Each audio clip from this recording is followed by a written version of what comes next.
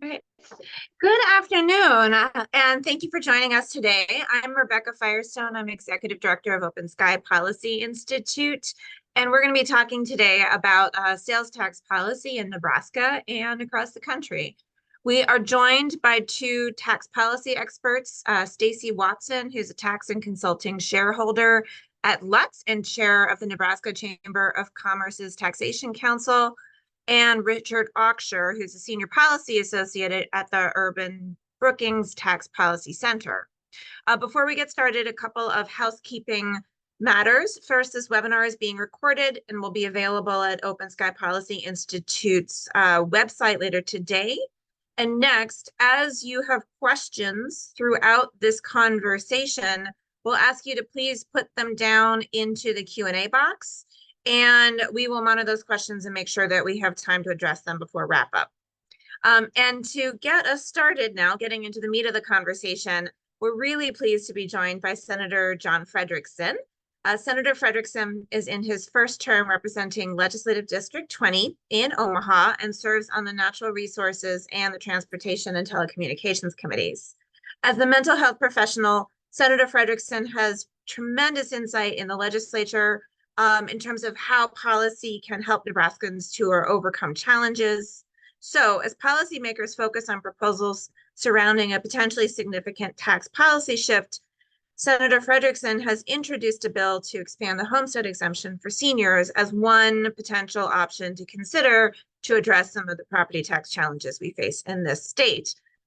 Senator, thank you for joining us and for sharing some updates from the legislature. So over to you.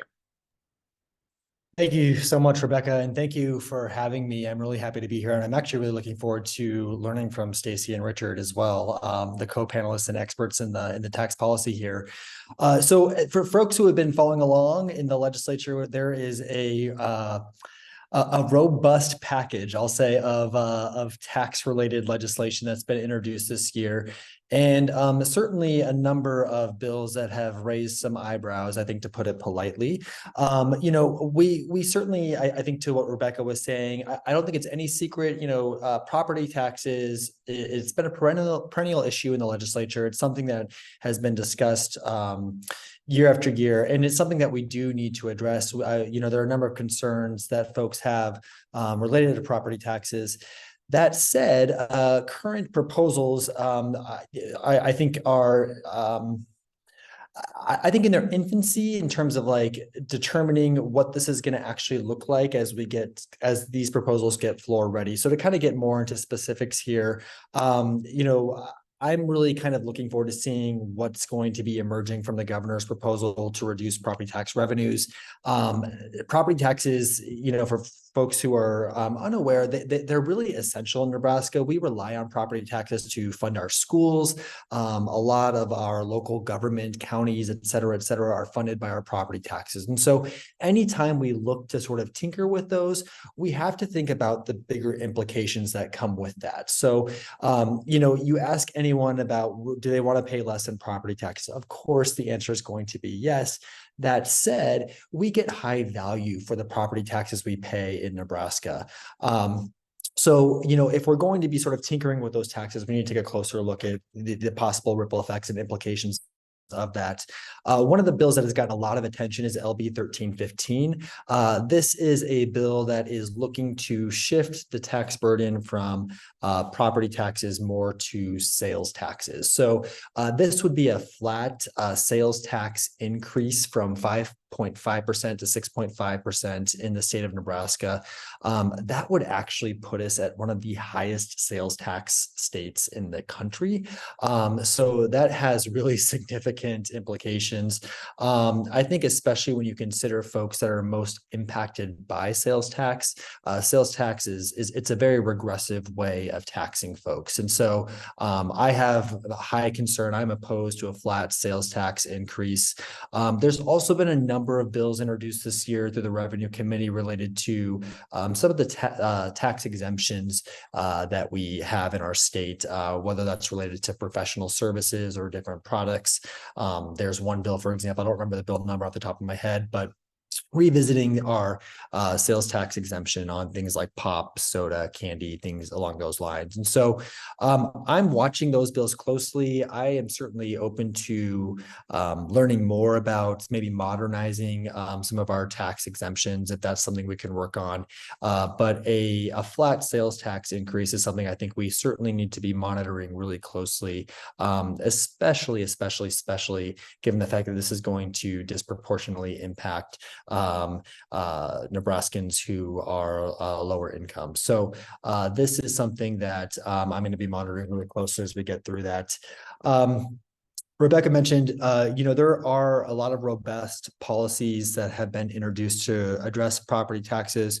One of the things that I've heard a lot about in my district when I speak with constituents is the concern folks have where folks who are maybe on fixed incomes or maybe purchased their home 20, 30, 40 years ago, and the value of their home has been increasing and increasing and increasing. And with that, of course, their property tax bill. So one of the bills that I brought today is looking at expanding the homestead exemption. This is an exemption that's available for older Nebraskans who are on fixed income and supposed to provide, in theory, and does provide, substantial property tax relief for folks who might be struggling in those ways. So there are ways that we can be addressing property taxes that are out there that I think are equitable in nature and I think fair to Nebraskans. Again, there's other dynamics here as well, and our tax policy experts are going to be able to elaborate on this. I obviously represent District 20, which is in central West Omaha, so more of an urban focus. Property taxes have a whole other dynamic when you bring in to consideration the western part of the state, more rural areas, agricultural land. So there's a lot of things to consider there. And I'm really looking forward to learning from our experts. And thank you again for having me. Thanks so much, Senator Frederickson. Really appreciate that overview and also sort of laying out some of the considerations that you're working through in terms of how to assess the different policy proposals that may be in front of you. So now to dig into this a little bit more and to talk a little bit about this idea of a regressive tax, which is something that Senator Frederickson raised some concerns about. We'll dig into the meat of the conversation.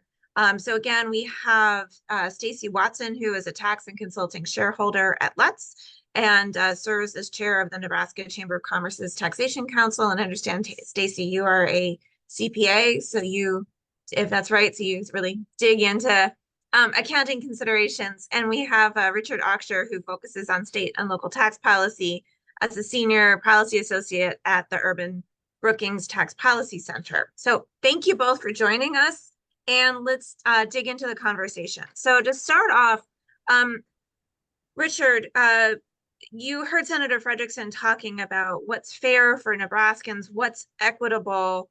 A lot of this comes down to the concept of ability to pay when we assess tax fairness. So can you just help us understand what does ability to pay mean? How does it relate to sales taxes and questions about sort of like overall income, individual transactions in terms of how you assess ability to pay? Great. First, thank you so much, Rebecca and OpenSky, for having me virtually in Nebraska. It's a pleasure to be here and talk to you and learn from you. So I'll get off to a really nerdy start, jump right in. And we use actually two different ways of describing, tax equity. We talk about horizontal equity. That's taxing similar things in a similar manner. But we're going to put a pin in that, maybe swing back to it later. We talk about expanding the sales tax base. And then, Rebecca, what you're referring to is what we call vertical equity. That is ensuring that the ability to pay factors into our tax system. And that's where we start using terms like regressive, proportional, and progressive. It's important to keep in mind when we're talking about these things, we're not simply or solely talking about how the tax works. We're talking about the people that are paying it in their situation. So, for example, let's imagine three different Nebraskans. One earns $30,000, one earns $300,000, one earns $3 million annually. And they're all going to watch Nebraska volleyball, and they're going to tailgate. So beforehand, they go buy red Solo cups. When they go do that, they are all paying the tax rate. The tax doesn't vary based on, how much income they have. They all pay the same amount. They all pay the same amount of dollars. And then in fact, if we think about more spending, the higher income person maybe has like a really large TV, and the really rich person is buying hotel rooms so they can go to stuff. And so in total dollars, the higher income people might be paying more total dollars in sales tax. But what we're talking about here is the burden in those households. Because when you have more income, you don't spend it all. You save a significant amount of your income. And those $3 million households, they're saving an incredible amount of their income. The lower income households, they're spending every dollar they earn. And so they're being taxed on nearly every dollar they earn.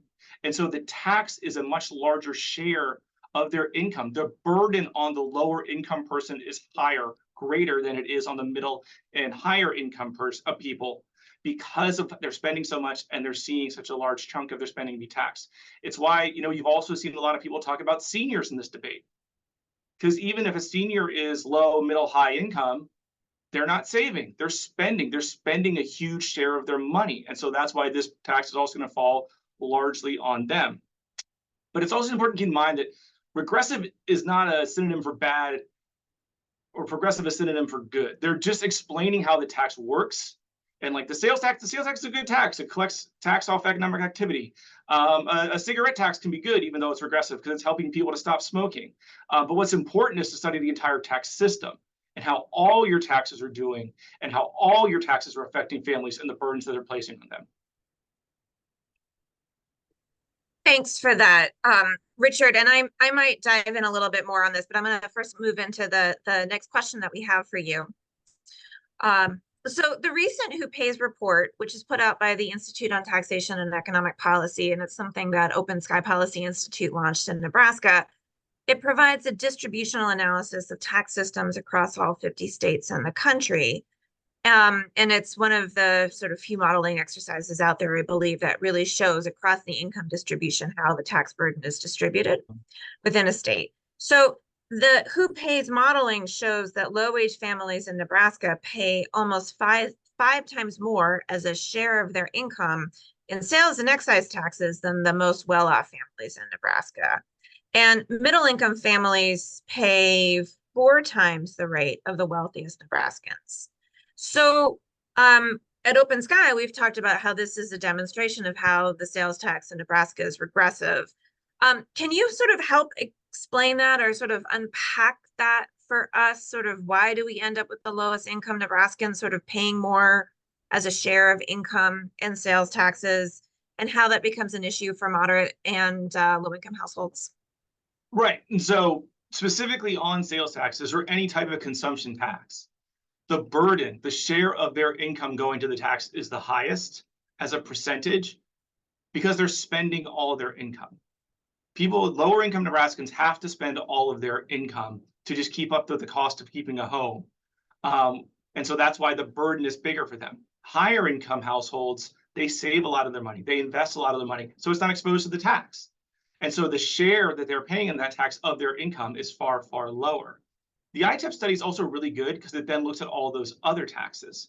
So for example, if you look at the states that ITEP labels as not regressive, their entire tax system, not just sales taxes, their entire tax system, they list a handful of states: California, DC, Maine, Minnesota, New Jersey, New York, Vermont.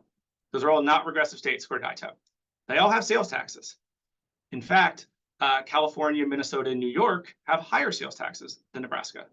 That's why, again, I'm coming back to it's the entire system that matters, because those other states, while they have sales taxes, they have, refundable earned income tax credits that help low income tax households offset that burden that is inherent in a sales tax.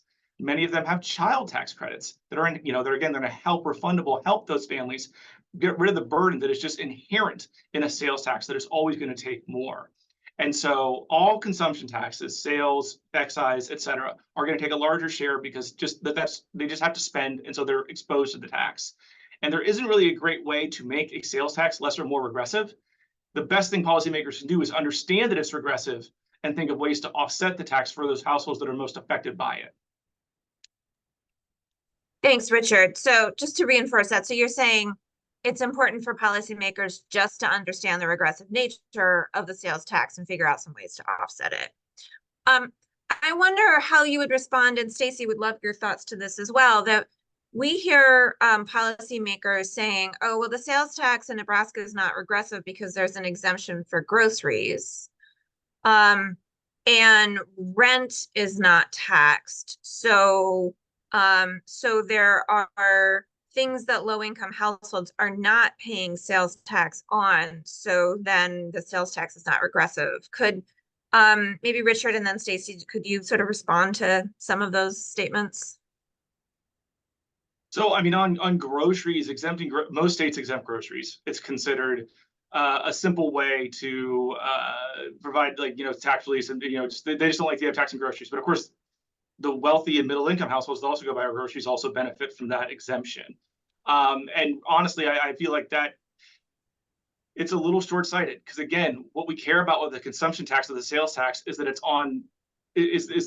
the low-income household is still spending all of their money.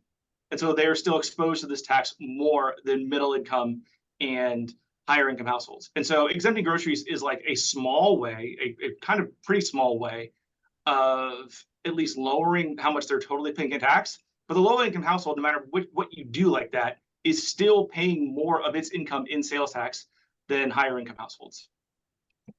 Stacy, anything you want to Right. add to on that? Yeah. Yeah, from my perspective, it is the overall percentage that they're paying. It doesn't change the fact they still have to buy clothes. Everybody's getting the same exemption, so they're still paying that higher percentage, and there's no credit or anything coming back to them that would make that, better for their household. So just exempting groceries from a countrywide perspective, that's just how things work. So I don't think that's any gift to them. All right. Thanks so much.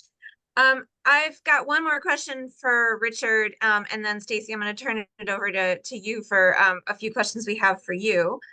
So Richard, as Senator Frederickson discussed, there's a proposal to reduce revenue collected through property taxes by 40% and to offset those reductions in property taxes with the shift to sales taxes. As someone who looks at tax policy across the country and what different states are doing, could you comment on what we might expect people in Nebraska to see as a result of a potential tax shift from more of revenues being collected at the local level through property taxes to more revenues being collected at the state level through sales taxes? Yeah, so to answer your specific question first, like the details on this are going to matter incredibly, and the ways that property tax relief is provided. Senator Frederickson mentioned a homestead deduction, which would provide relatively more benefit for middle-income households than, say, something that would just lower the amount of a tax that everyone is spending. Then also there would be huge changes between the revenue being collected by the local governments versus the state government. But it just also, I thought Senator Frederickson's point about what property taxes paid for is really important. It is easy to run some calculations and say, I wish our system looked like this, but it is this, and it currently pays for schools. And these changes are really, really hard. And you see this in other states where it's really easy to propose a tax cut.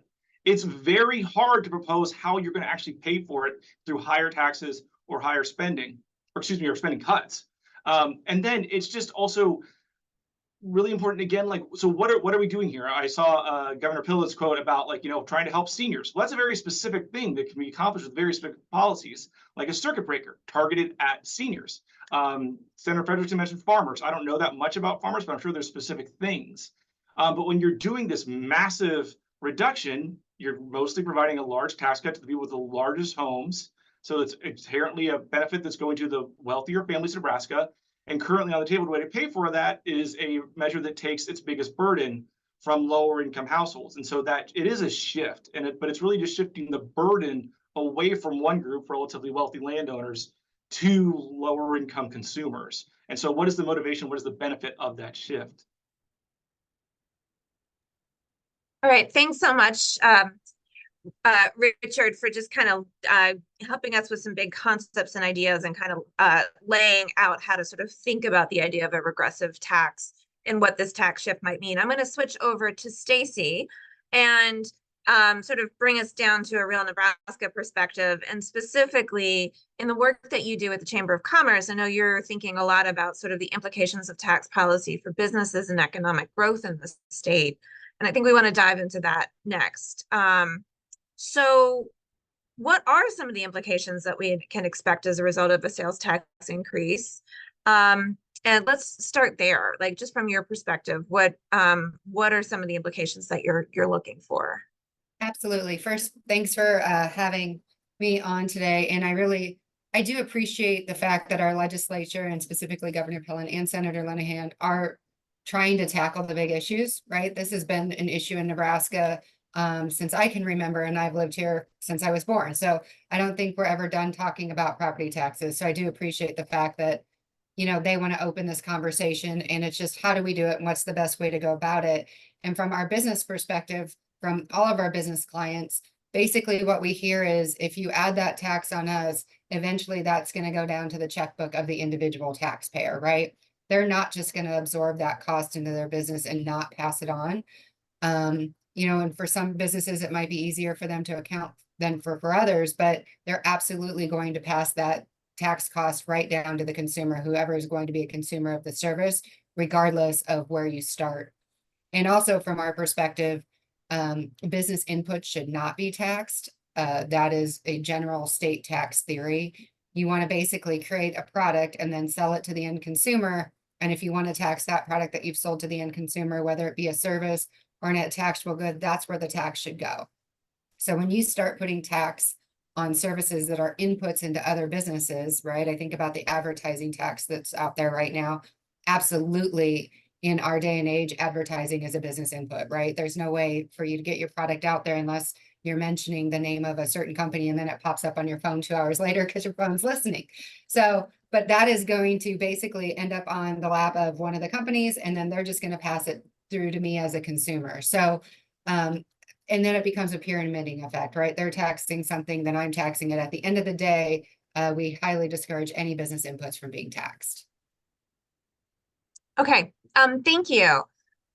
So that, I think, it gets a little bit to how this proposal is potentially being shaped, because I think we're looking at considerations to increase the sales tax rate from 5.5% up to 6.5%, but also discussion about expansion of what's included in the sales tax base. And Stacey, you're talking about, as part of that expansion, you're concerned that there's going to be some incorporation of business inputs into the sales tax base. And that may not be necessarily a best practice in state tax policy. At OpenSky, for many years, we've talked about supporting an expansion of the sales tax base to get to this sort of concept of horizontal equity that Richard was referring to, as long as that expansion of the base wasn't tied to a reduction in the tied to a reduction in the overall sales tax rate. So how do you think businesses in Nebraska would respond to the current proposal, which is an expansion of the base as well as an increase in the sales tax rate at the same time? Right. I think, every time I talk to the business owners, they do understand property tax plight. They pay that as well, especially if they're the owners of any of the property, the commercial property out there, or they're staying in it. So they get, we need to address that issue. But at the end of the day, as you expand the base and include these services and include these business inputs and raise the rate, we're ultimately just raising costs to the ultimate consumer, right? Business profits aren't necessarily going to go down. They're just going to increase what they're charging the next person to help cover these taxes. And so long term, I think all the businesses in the state would agree what we really need is growth, right? We need to be bringing people into our state. We need to be building business in our state. And when we raise our rate and it costs more to be here, especially in that age group of, say, 20 to 35, which sales tax hits, as Richard had said before. I mean, you're hitting that base a lot. They're not saving. If they're anything like my 20-year-old, they're spending every time they make. And so that's just costing them more money, and the businesses aren't going to eat this tax. They're going to send it down to the consumer. Okay. Whenever we talk about significant changes in tax policy in Nebraska, the issue of border bleed comes up And, here we are in the middle of the country with multiple neighbors who do different things with their tax policies. So, what is potentially an increase in the sales tax rate or an expansion? What is that like? How do we think about it in terms of border bleed, and how our business is going to manage that? Yeah, interestingly enough, we are in the center, and I want to say, I'll get the stat probably wrong, but 80 to 90% of our population lives within 40 miles of another state other than Nebraska. So 40 miles is nothing, right? We don't have traffic like they do every place else. So 40 miles for us is probably 15 minutes.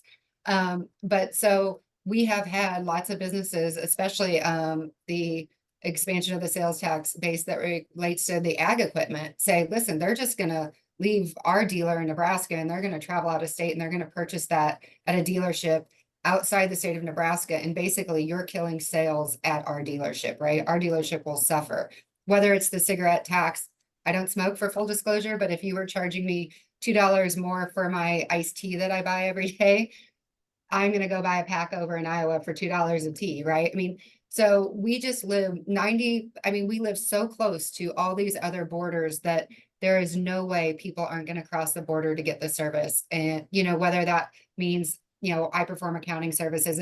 If they're going to tax my accounting services, will someone just go over to an Iowa office and pick up their tax return and it's done, or they're going to sign it electronically. So it truly does impact what business we're going to do here, where people are going to go for their services or their goods that we're taxing. And if you raise everything, by 1%, it really isn't that hard to go buy your clothes, someplace else. So I feel like, especially for some of our businesses that our dealerships are located here, that it's going to have a true impact on them. It's too easy to go across the border. Okay, thanks, Stacy. So, so we need economic growth, in order to help, just drive the well-being of the state of Nebraska, but also to help make sure that the state has sufficient revenues to live up to its promises. And yet there's a real risk here that we may not get the same degree of economic growth if we do see an increase in sales taxes. Since we have a little bit of time before we go to Q&A, Stacy and Richard, I wonder if you could help us think about a question that we often hear in conversations about the sales tax as it's weighed against a property tax, which is that for individual consumers, a sales tax is a tax of choice. So you can choose to not buy something if you are concerned about the effect of the tax on the end price for a consumer. And that's very different from a property tax where you're paying a tax on an essential asset or your home. So can you speak to that question of consumers can just choose not to spend? Well, I'm going to start with the property tax because it's my favorite soapbox to stand on. I will tell you that consumers in Nebraska are making a choice every day locally, maybe not every day, but every voting season. When you go into your voter booth and you want to, there's school additions you want to do, or there's something you want to do at the school, this is your local control. You actually have control over this, and you can build the Taj Mahal of schools. No offense to those that live in Gretna, but you guys have a sports complex with a school right next to it, right? And so you can build something like that, but that's your choice. And you go in there and you check a box saying, yes, this is what I want for my community. And hey, God bless you, right? Because that's a great sports facility, but that means you have to pay for it. That was your local choice. And so I feel like we do have choices in property tax. Maybe we're not educated on how much that choice is going to cost someone, but I feel like, especially in Nebraska, property taxes come down to local control and local choices overall. And so I feel like in that area, you actually have more say over that than I would say the individual person takes responsibility for. And then from a sales tax perspective, yes, you may not need to buy a new car, but you need a car, right? Now we're going to raise the rate 1% on the used car that you're buying. You have to have clothes, right? You're right. There's certain things you don't need to buy. You don't need to buy your trip out of town, which, by the way, you're going to pay sales tax in a different state. We're not even going to get that, right? The luxury expenses aren't necessarily the things that say here. And for a lot of people, they're required to have their tax return done by the federal government, right? So if you have to pay for that service, maybe you're trying to incorporate something, you're required to pay a lawyer. So I 100% disagree that these are what I would call a luxury item or something that's not a necessity, or that anybody in any income strata might not quote unquote need at some point in time. So that's my soapbox. I'll let Richard go. I'll jump right on after you because I love. Okay, I'll do the inverse so we can keep going. I have a really hard time with this selection argument. Because again, the sales tax is not a luxury tax. Yes, you do pay it when you buy a large screen television or a car, but it's on everything. Like if you go to the grocery store, you sometimes owe sales tax because you bought necessities like toilet paper and paper towels and cleaning products. Those are all taxed. Your kids are going to school. They need books, backpacks, clothing, all taxed. It's not because the sales tax is mean, but because it is a broad tax collecting revenue from economic activity we all participate in for both necessities, luxuries, and in between. Now on the property tax, I do think it's worth pointing out that, I'm not an economist, but economists love the property tax because the property tax is related to the value of your home. And the value of your home is not just what you built. So for example, Stacey is making some good points about like school decisions, but if the value of your property is really high, and the value of property has been going up recently, it is because you live in a really popular, exciting, appreciated neighborhood. It is because you go to really good schools. It's because lots of families want to move in to your neighborhood and take advantage of all the government services that are being provided to it. And so there's a correct relationship between how much you're getting from the government in terms of your school, in terms of the police department, the roads, and how much the value of your home is. They're strongly related. And so there is value in that connection, putting Stacey's points about decisions on the levels, but inherently the value in your home is related to what you're getting from the government. And that is an important relationship. All right.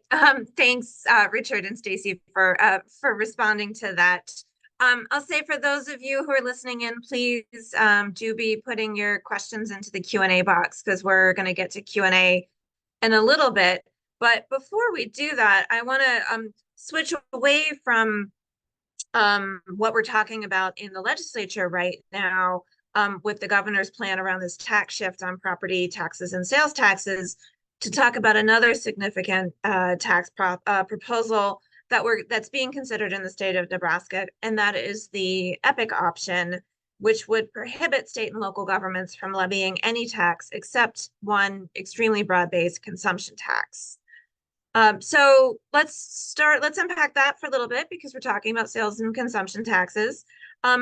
What would this proposal mean for businesses in Nebraska and for Nebraska consumers? Richard, I'm going to start with you on this and just ask if you could comment of, do you see any type of extremely broad-based consumption tax proposal being considered in other places besides Nebraska? Considered, no.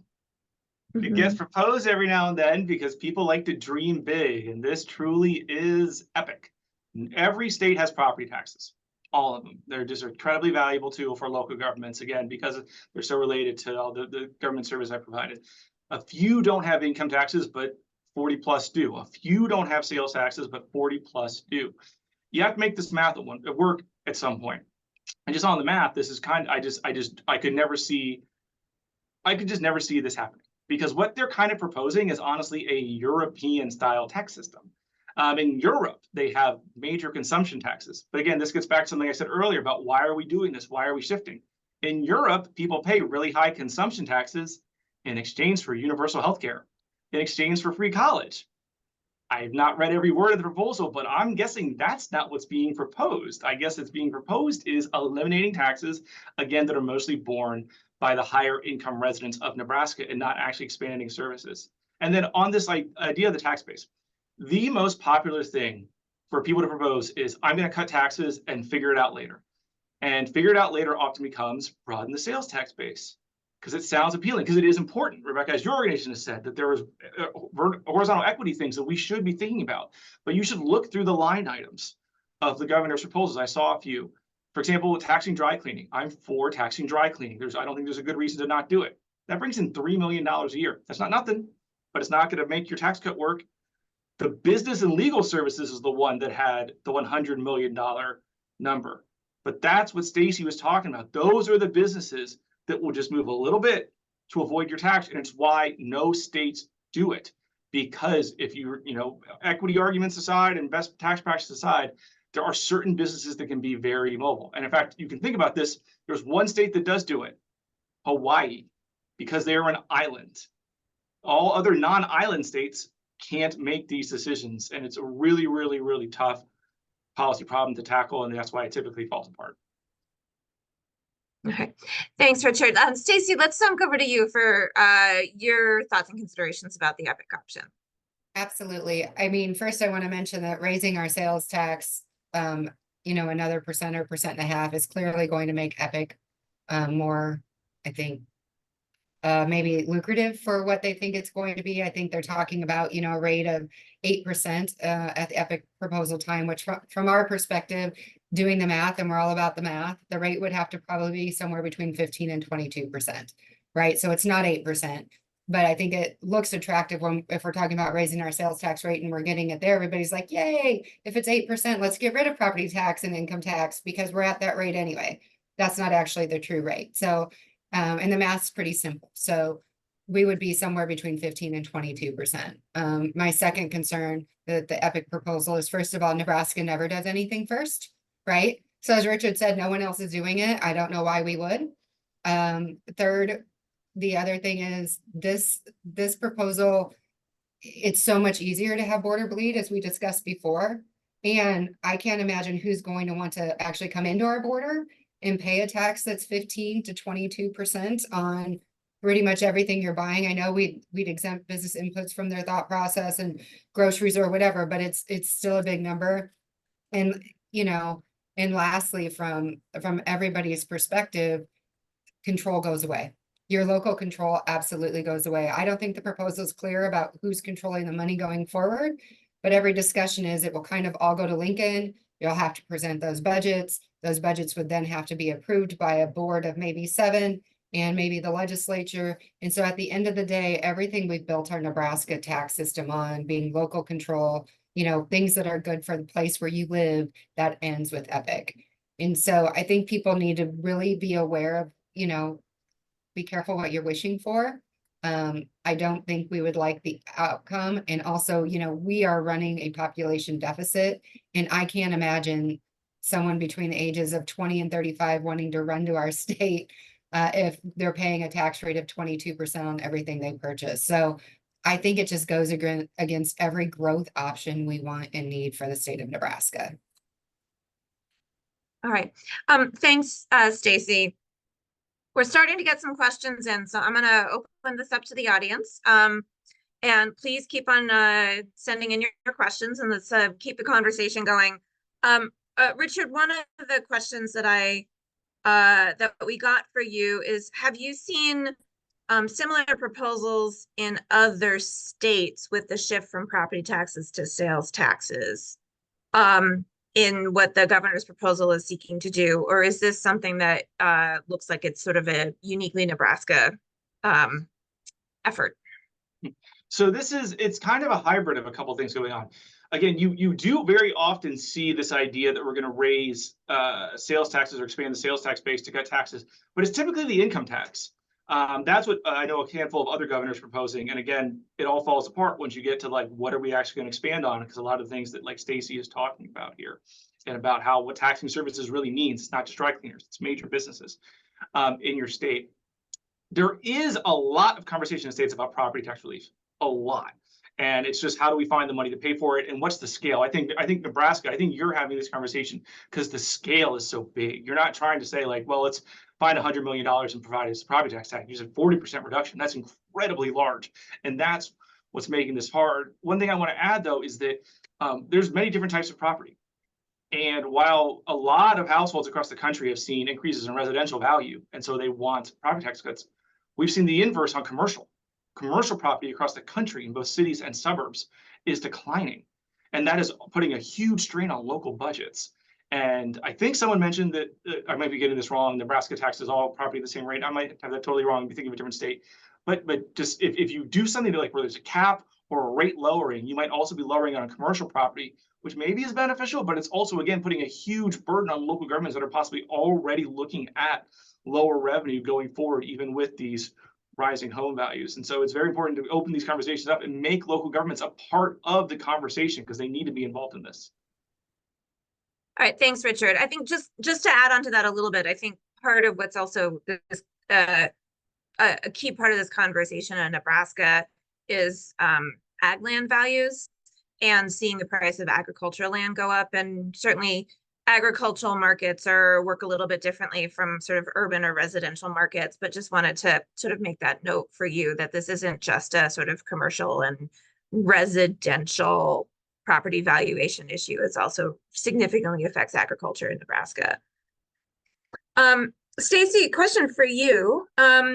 What's the feeling among businesses for the base expansion if it were to not include business inputs? I mean, because there are some proposals on the table to address other services that wouldn't be classified as business inputs. So sort of what's the consideration there? And is there a consideration of fairness for businesses amongst what is taxed and what's currently exempt? I think overall, number one, from our perspective, is we don't like choosing winners and losers, right? Just from the chamber's perspective, it's kind of a slippery slope. If we want to look at expansion of the base as an overall policy, I think we have to look at it from everything. And from your point, Rebecca, you need to lower the rate for there to be any discussion in that base expansion. And then we truly have to, I think the hard part is deciding what a business input is and isn't, right? Is the chair I sit on at work a business input? From my perspective, no, but I will tell you there's lots of people who would argue yes. And so I think from a business perspective, we definitely just don't want to go and handpick what I'll call the things people maybe don't see that they like we don't like cigarettes, we don't like candy and pop, right? So those are the easy pickings from their perspective. I don't think that's good tax policy. So I think from a business perspective, unless you're going to have the overall conversation as a whole, what does that look like? And do an analysis of, okay, who are the winners? There's always winners and losers. Every time we do taxes, there's a winner and there's a loser. There's no way around that. But how does that fit into an overall better tax policy? I think without that, just picking these one-offs, one, it's not enough money, and two, it's not good policy. All right, great. Got another question for both of you here. How does last year's tax reform factor in with this year's discussion as it relates to balance and regressivity? And I think that's specifically referencing the income tax cut package that was passed in the legislature last year, which is putting Nebraska on the state level to be reducing its revenues significantly over time. Stacy, do you want to take that?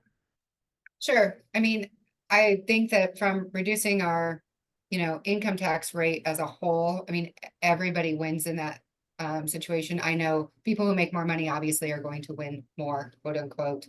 It is making us competitive with the states around us, which I think was the entire point of that bill, is we don't want to be at 7% when Iowa's moving down to 3.9% as well. So we want to remain competitive to attract people to live here, because you pay your income tax where you live, right? And so part of that is the plan for growth, and we were planning for growth. So I think that was the strategy behind that.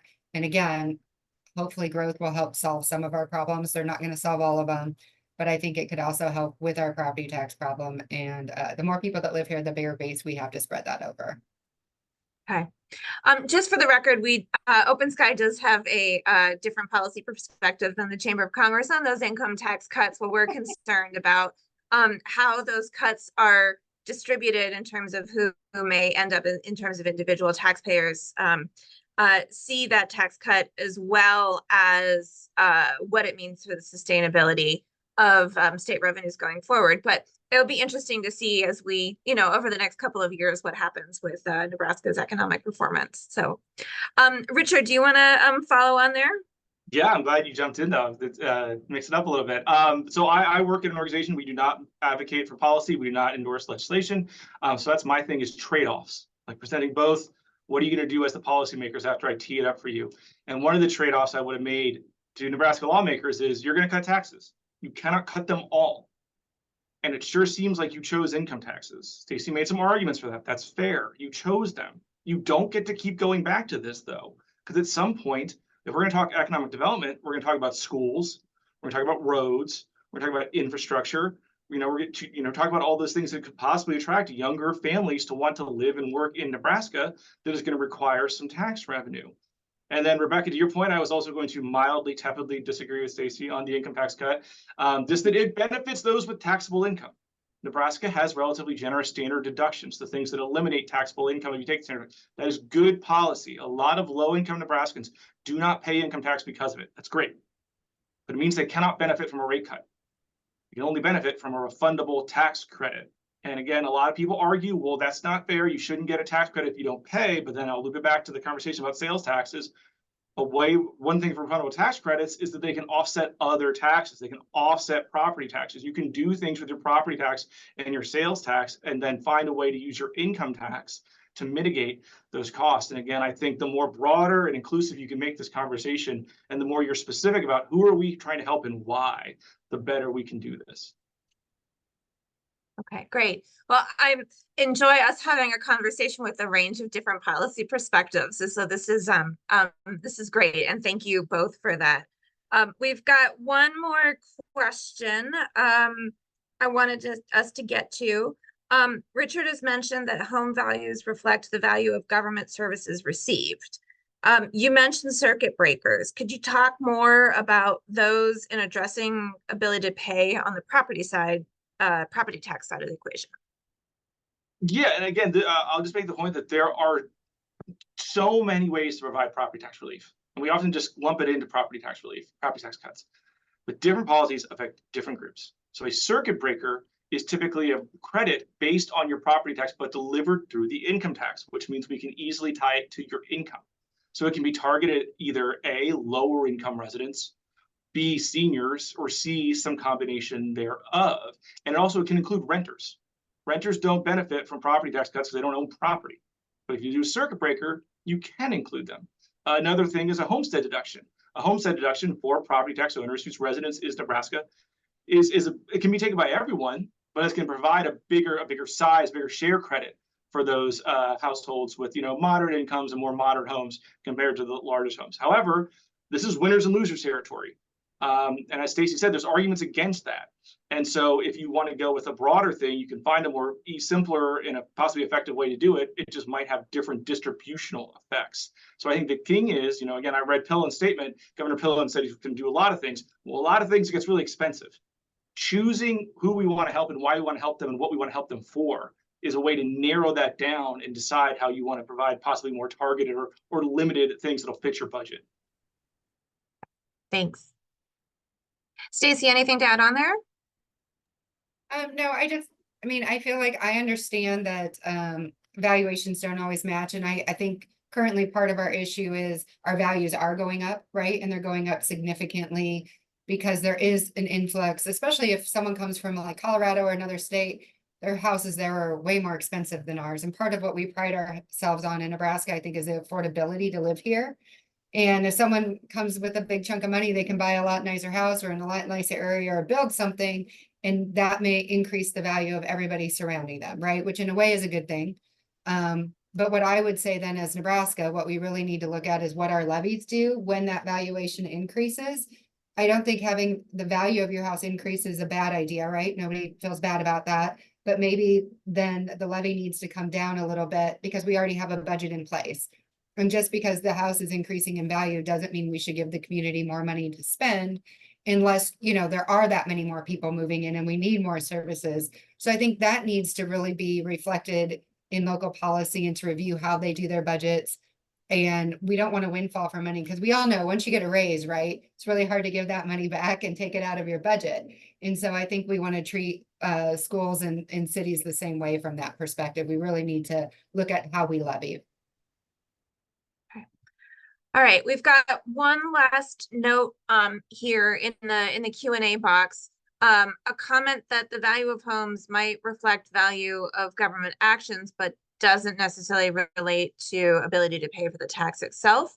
So specifically, how do you support younger or poor people who might be living in richer districts or areas maybe where values are going up? I think we would, I mean, I think if you're really gonna look at that again, to Richard's point earlier, what do we want? Who do we want to be as a state, and what do we want to do? Do we want to encourage that? Do we want to make sure that we're keeping those people in that area? And if so, is that a specific property tax credit related to their income? But I also think, you know, levies going down will help that problem. Just because your valuation doesn't go up doesn't mean you owe more property tax if the budget doesn't warrant it. So I think we have to decide, you know, who we want to be as a state and what does that look like. And if we want to offer credits, then it has to be specific versus an overall reduction for everybody. Mhm. Richard, anything to add there?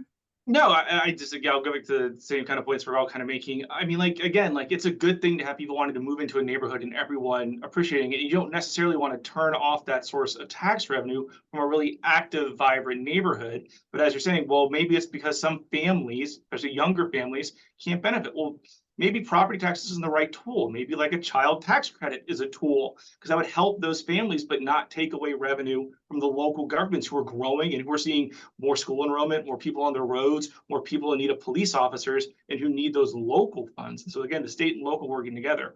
And then as Stacy's saying, for, you know, if the goal is young people, tax might not even be the right tool in the toolkit, because again, these people generally don't have a lot of income, but they have other needs, they have other, you know, desires and other things. And so look beyond that, you know, and so just because, you know, you're seeing increased evaluations, one, that's good.